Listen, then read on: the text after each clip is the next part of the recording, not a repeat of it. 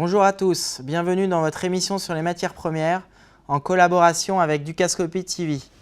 Aujourd'hui, l'émission s'appelle Pur Coton puisque nous allons parler à nouveau du marché du coton qui reste plus que jamais déprimé. Le coton constitue la fibre naturelle la plus produite au monde. Depuis le XXe siècle, cette dernière représente, grâce au progrès de l'industrialisation et de l'agronomie, plus de 50% de la consommation mondiale, malgré l'apparition des fibres synthétiques.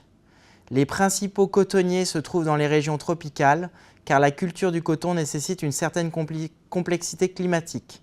Donc on retrouve les producteurs en Ouzbékistan, en Inde, au Pakistan, au Brésil. Les États-Unis, quant à eux, demeurent malgré tout les premiers exportateurs mondiaux, même si la Chine en produit la plus grande quantité. Comme nous l'avions évoqué lors de notre précédente émission dédiée au coton, la production chinoise fut stockée massivement depuis 3 ans, créant une véritable distorsion sur les prix du coton. En effet, Pékin voulait se constituer un trésor de guerre, chose possible grâce aux facturations de droits de douane. Cette technique de stockage permettait depuis 2011 au gouvernement chinois de racheter la production locale afin de garantir un revenu aux producteurs. Cette politique de soutien a eu pour conséquence de faire exploser les stocks nationaux pour monter à plus de 60% des réserves mondiales. Cette situation a pesé et pèse encore sur les variations des contrats de la fibre.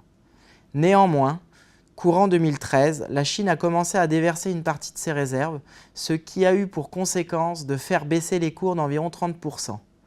La difficulté réside aujourd'hui dans l'analyse du comportement de la Chine qui peut à tout moment inonder le marché de coton.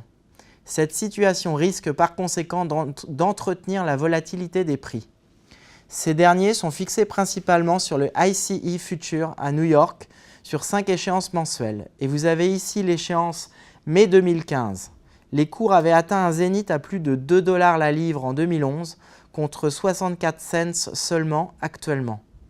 Graphiquement, bien que toujours en zone de survente, les cours du coton restent dans une dynamique baissière tant que la livre de coton traite sous les 70 cents. Voilà. J'espère que vous avez apprécié cette update sur le marché du coton et je vous donne rendez-vous quant à moi pour une prochaine émission sur l'univers passionnant des matières premières. Merci.